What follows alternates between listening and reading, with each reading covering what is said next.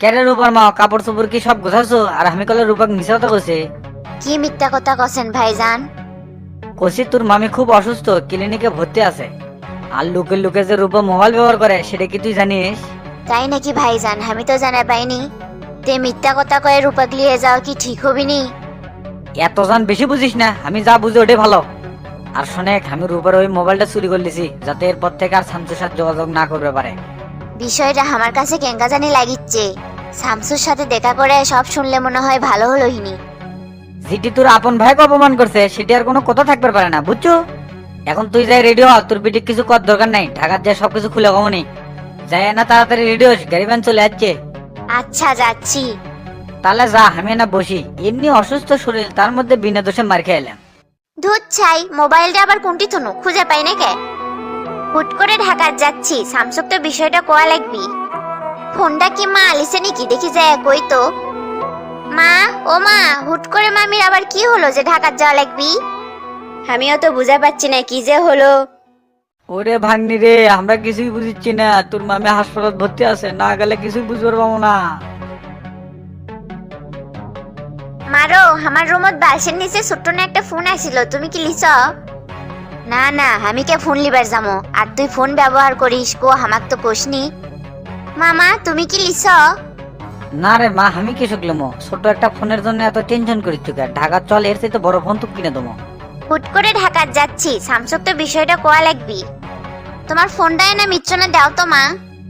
Samsung আমরা জানাছি, এখন তাড়াতাড়ি চলে। তোর মামি যে ওইদিকে অসুস্থ সেদিকে তোর কোনো নজরই নেই। কিন্তু তারপরেও আমি না কথা কোনো হিনি। আমি কথা কছি, তোর মাও কথা কছে, তারপরেও কিসের কথা লাগবে রে? হরে মা, তোর মামা ঠিকই কছে। তে মা তুই যা, তাড়াতাড়ি রেডি হ। কৌশলে খালি একবার তোকে ঢাকা নিয়ে যাই, আমার বন্ধুর বেটার সাথেই তোকে বিয়ে দেবো। শামসু, তোর মায়ের কথা আজও আমি ভুলিনি, এখনো মাঝে মাঝে সেই বেতা জাগে। এইবার আর তুই রূপক খুঁজে পাবো না। আমার আগেই বোঝা উচিত আছিল তো মেম্বার একটা 2 নাম্বার লোক, কিসের যে শালা ওয়াকালে এই 2000 টাকা মারা দিলাম।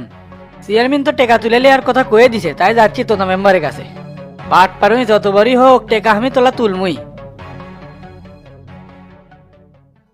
আসসালামু আলাইকুম তোতা ভাই, কেঙ্কা আছেন?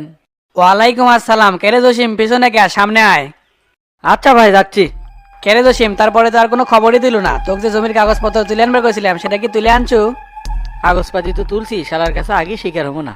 না ভাই, টাকা পয়সায় নাই, কাগজপাতি কেঙ্কা করে তুলি। শোন, তোর যে জমির সমস্যা দেখিচ্ছি এটি আসল কাগজপাতি দেখানি লাগবি।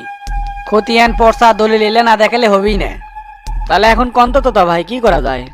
জমি জমার সমস্যা, টাকা পয়সা ছাড়া তো কোনো সমাধান দেখিচ্ছি না রে। সাব রেজিস্টার অফিসে কাগজ তুলবে গেলেই তো কবিনি 1015 টাকা দাও। আর তহসিলদারের সাবানি খেলে গেলেও তো 5000 টাকা লাগবে, সব মিলে তোর 20,000 টাকা লাগবেই। আর আমি এই ফাঁকে শত্রুরের সাথে বসে কথাবার্তা কমুনি। এলে কি করছেন ভাই? আমার বাপের জমি আমারই শনাক্ত করতে এত টাকা লাগবে? আর আমার কাছ থেকে তো এর আগেই 2000 টাকা নিলেন, সেলে কি করলেন? এই তুই কি মনে করছো আমি কি বসে আছি? লোকজন বসিচ্ছি, সেলের খরচা পাতি আছে না, সেলের খরচা কি আমার পকেট থেকে দেবো? তোর এই জমি জমার বিষয় না দৌড়াদৌড়ি করতে আমার পকেটে আরো 1000 টাকা পুড়ে গেছে হে।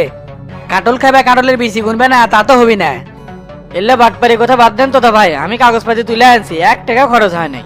আর আপনার বিচার সালিশ আমি বুঝি না, সদ্রুলের কাছ থেকে তো আপনি 10,000 টাকা খেয়ে বসে আছেন। এই যে সে মুখ সামলা কথা কও, তোকের জন্য কাজ কাম করে আমি বাটপার হয়ে গেলাম। দেখেন তো ভাই, আমি এগুলা বুঝি না, যে 2000 টাকা দিছি ভালো ভালোই সব দেখুন, 2000 টাকা আমাকে ফেরত দেন তো। টাকা ফেরত দেবো মানে তোর কামের জন্য যাতায়াত পাবো, তো আমার পকেট থেকে আরো 1000 টাকা পড়ছে, সেই টাকা আগে দে। আর তুই কাগজপাতি ফ্রি কিনা করে তুললু? আমি চেয়ারম্যানের কাছে সব খুলে গেছি, চেয়ারম্যান আমার কাগজপাতি তুলতে সহযোগিতা করছে। আর আপনি যে আমার কাছ থেকে 2000 টাকা লিছেন এটাও চেয়ারম্যান সাহেব ফেরত দিবার কাছে, আর এই বিষয়ে যান মাথা মারেন না সেটাও কয়ে দিছে। আরে জসিম, এই সামান্য বিষয়ের জন্য চেয়ারম্যানের কাছে যা লাগে আমি তো সবকিছু সমাধান করে দিতে পারলাম নি। আপনি যে কি সমাধান করবেন সেটা তো দেখতেই পারছি, পদে পদে আপনি টাকার অঙ্ক হিসাব করছেন। আমি এত কিছু বুঝি না ভাই, টাকাটা ভালো ভালোই দেন, আমি চলে যাবো। এই টাকা আমি তো কেঙ্গা ফেরত দেবো? সব টাকা তো তোর কামাইতে খরচ করছি। এ মেম্বার সাহেব, বাটপারি ছাড়েন, না হলে কিন্তু চেয়ারম্যানের কাছে আবার বিচার দেবো।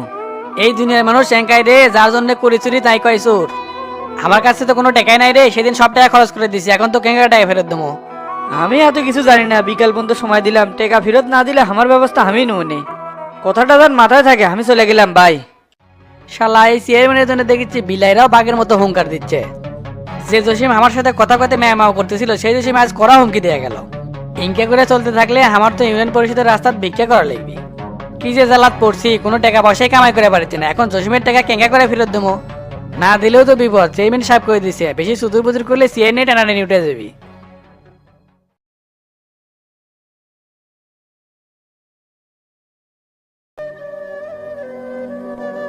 টেরা টেরা, ওস্তাদ কন কি হয়েছে? রূপার নাম্বার বন্ধ পাচ্ছি কৃষক, ফোন তো বন্ধ থাকার কথা না। আমার মনে হচ্ছে ভাবির ফোনের চার্জ নাই। সারা রাত ফোন বন্ধ আছিল, এখনো ফোন বন্ধ। আমি তো কিছুই বুঝতে পারছি না রে টেরা। কি করছেন এলে? আমি কি একবার খোঁজ নিয়ে আসবো নাকি? খোঁজ লিবু মানে এখনই যা, মাথা কলে গরম হয়ে যাচ্ছে। কোনো সমস্যা হলো নাকি? ওস্তাদ আপনি কোনো টেনশন করেন না, আমি এখনই খোঁজ নিয়ে এসেছি। আচ্ছা তাড়াতাড়ি যা। ঠিক আছে যাচ্ছি।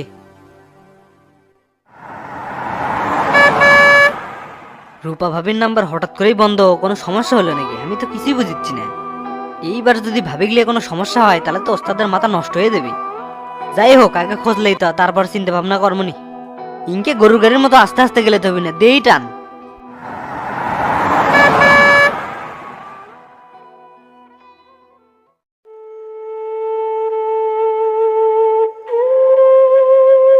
কি ব্যাপার, কিছুই তো বুঝিচ্ছি না। বাড়ি কিংবা তালা মারা দেখিচ্ছি, তার মানে রূপা ভাবি কি আবার ঢাকা চলে গেল নাকি? হাই রে, এখন আমার ওস্তাদের কি হবে নি? উজে রাস্তাতে একটা চাচাক দেখতে পাচ্ছি, যাই জিজ্ঞেস করি তো। ও চাচা, জানেন কি মইনুলের বউ আর বিটি কোনটি গেছে? কোনটি যে গেছে বাবা ঠিক জানি না, তবে গতকাল বিকেলে ব্যাগটা গুছলে কোনটি জানি গেল। কোনটি গেছে সেটা কি জানেন? না বাবু জানি না, তবে মনে হচ্ছে ঢাকা থেকে গেছে। মনে মনে যা ভাবিচ্ছি এখন তো দেখতেছি তাই হচ্ছে।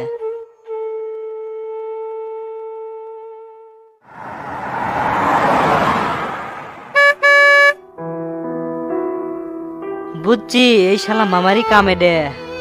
ওস্তাদেক বারবার কইছি দেরি করেন না, এখন হলো চেঁত খায় পাটে শাক।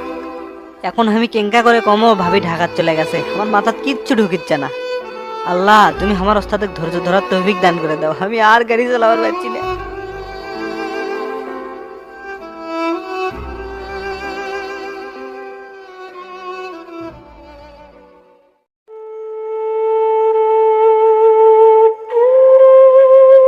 কি ব্যাপার টেরা, চুপ করে আছু কে? কথা ক। ওস্তাদ সর্বনাশ হয়ে গেছে। সর্বনাশ হচ্ছে মানে? কি হচ্ছে রে টেরা? রূপা ভাবিকের বাড়ির যে দেখি বাড়ি তালা মারা, পাশের বাড়ির ফজলু চাচাক জিজ্ঞেস করলাম, কোচা ঢাকাত গেছে। কি ঢাকা চলে গেছে রূপা? কথাটা মনে হয় তুই ঠিকই কছু, আর এই জন্য ফোনটা বন্ধ। আমার কি মনে হয় ওস্তাদ জানেন, এলে সবার মামার চাল।